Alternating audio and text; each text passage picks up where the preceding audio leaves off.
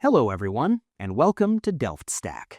In today's video, I'll show you how to link YouTube to Discord. So it's a very simple process. All you have to do is simply open Discord, then click on User Settings, and over here, just simply click on Connections. Now over here, you'll find a lot of applications. Click on this View More option, then choose YouTube right here. It should open up your browser, and all of your email addresses should also be mentioned right over here. Now choose the email address that is connected with your YouTube channel, and after that, just simply verify if you have two-step verification on your email.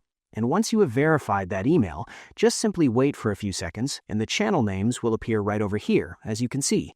So just simply click on the channel name, then click on Continue, and then you have to give access to Discord. So click on Continue again. Now wait for a few seconds, and after that, you'll notice that your YouTube and Discord have been connected, as you see right over here. And if you go back to your Discord, you should be able to see your YouTube channel right over here. It'll also display on your profile as well, if you enable this option. So if you now click on your profile, your YouTube channel will now show over here. So that's it. Now you know exactly how to link your YouTube channel with your Discord.